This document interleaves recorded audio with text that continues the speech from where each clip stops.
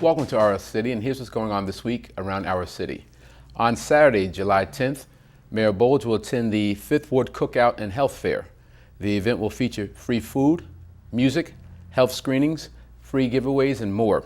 It will be held at Kellogg's Park, which is located at the intersection of North Avenue and Madison Avenue, and that will take place from 12 p.m.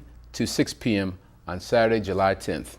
Just as a reminder, every Tuesday from now until November, from 11 a.m. to 6 p.m., the Elizabeth Avenue Farmers Market will host its 7th season of selling homegrown, hand-picked, and Jersey fresh produce at Union Square, which is located on Elizabeth Avenue. For more information, contact Dave Strochek at 908-965-0660. If you need more information concerning this or any other events this week, please contact the Public Information Office at 908-820-4124. Joining me today from the Coast Guard is Lieutenant Elizabeth Murtha. Right.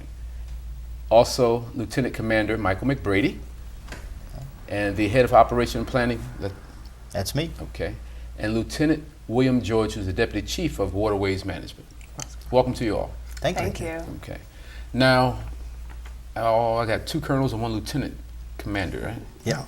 2 lieutenants and 1 lieutenant commander. How long, roughly, does it take to become a lieutenant? If you go through the Coast Guard Academy program, it's about 4 years or so. Most programs are about that long it takes. And Lieutenant George here can tell you about his program.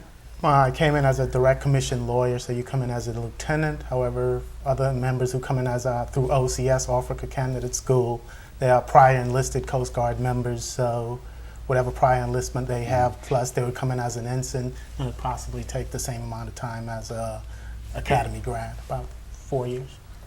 And your rankings go differently than the Marines, whatever. It's not a private, whatever. You go.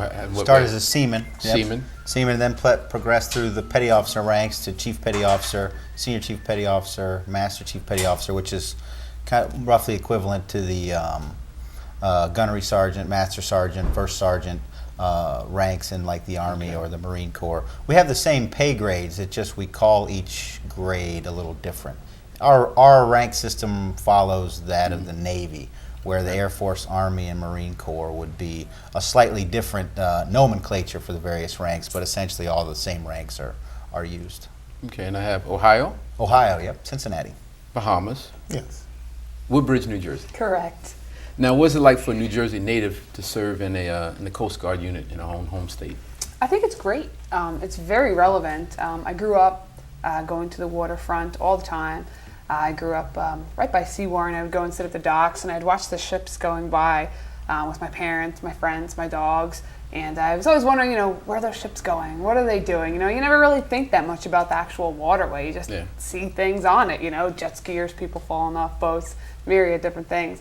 And then, once I joined the Coast Guard, I came back and got stationed back here in New York, New Jersey. Mm-hmm. And all the time I'm working with port partners and working with those very same people that are operating those ships, different entities like yourself and FCI, different groups that are working to protect the harbor. And it's very cool because I can actually contribute something, unlike somebody who might have a more of a tenuous link to it because they're moving in a year or two. I'm not moving, or if I am, my roots are still here in New Jersey. So it's a way to give back and meet all the people that I saw growing up as a child. So don't leave us. Yeah. I think I'm leaving in a week, unfortunately. But my folks and family are still here, so I'll be back. Now we talk about this mammoth operation of the Coast Guard. I mean, what do you guys do to help us here in the city of Elizabeth? For the city of Elizabeth, especially for the waterways, the Arthur Kill and the lower Newark Bay, where I would say our major duties there are to safety of navigation and efficient transportation of the commercial tankers that actually people from Elizabeth can see actually transit up the Arthur Kill and going to the Port Elizabeth and Port Newark. And you'd see and most people don't pay much attention to it, are the ATON or aids to navigation. That's the buoys that are in the water. You usually see the red and green. And that basically marks the channel that those deep draft vessels transit through. And you can see that basically every day occurring. And that's the Coast Guard's responsibility. In addition with that, you have the vessel traffic service that communicates with the pilots aboard the deep draft vessel to ensure that they get there safely. Okay. Now, the Coast Guard, do you also, beyond the water, do you protect the lives and property of the citizens of the city of Elizabeth? Oh, we certainly do. I mean, Elizabeth, since it's a maritime town, it's got maritime borders and state and national waters, federal waters, and it's used for interstate and international commerce. The Coast Guard has a very big role in making sure that the safety of that commerce and the security of the facilities that line the Kill Van Kull and the Arthur Kill.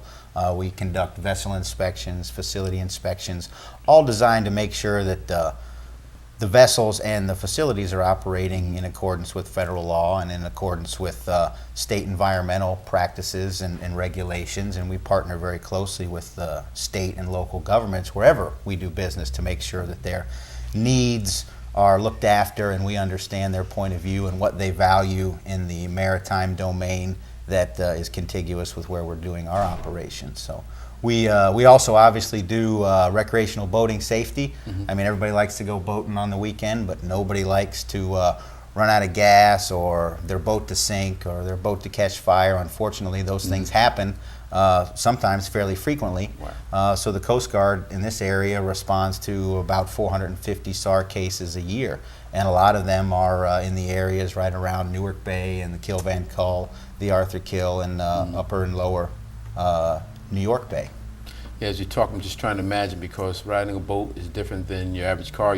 Where's the nearest gas station on the waterways? Exactly, there isn't one.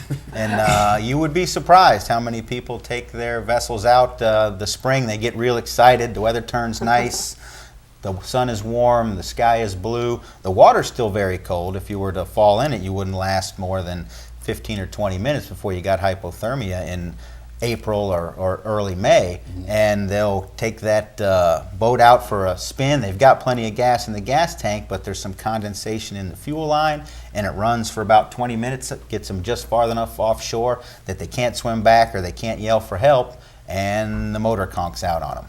And that happens, as Liz can tell you, as a former command center watchstander, with alarming regularity each and every spring. More frequently than you'd like to imagine. Now, is that something they radio in, or how's that?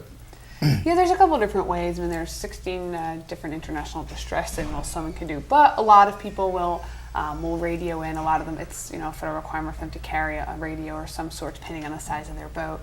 And they'll radio in on channel 16, which is International Hailing and Distress Signal channel. Sometimes people do the basic waving their arms. They call to another boat that they see passing by. We have a lot of Coast Guard Auxiliary, which are Coast Guard volunteers, that oftentimes will find somebody trying to get his motor started, and they'll call that into us in our command center. So a couple different ways you can do it, but again, radio is the most frequent. It's the easiest for us to get their information, where they are, what the problem is, etc. Now, do you feel that the Coast Guard is a good career for a woman? I would say absolutely. I went to an all-girls high school in the area where it just wasn't a career. Military careers aren't careers that they really espouse too much at an all-girls private Catholic high school. And I just happened to know about it from a relative, and I'm so happy I did it, because I think the Coast Guard, if I'm not mistaken, it's the only service where every specialty is open to women. Unlike some of the other services, there's different specialties women cannot do. So that's a great opportunity, first and foremost. And secondly, in my experiences, I've always been treated as not just an equal to any of the gentlemen in the service, but even more so. I get just as many, if not more, challenges and opportunities. You're treated like a real valued member. I think guy or girl in the service, in the Coast Guard, but especially as a woman, I've had a very good time. I've really liked it, and because women don't usually get those opportunities sometimes to do some of the things I've gotten to do in their everyday lives, I would definitely say, take a look at it, because I've had a great time. It's been 9+ years, and I haven't regretted any of it, So I think it's a great organization, man or woman, but especially for women.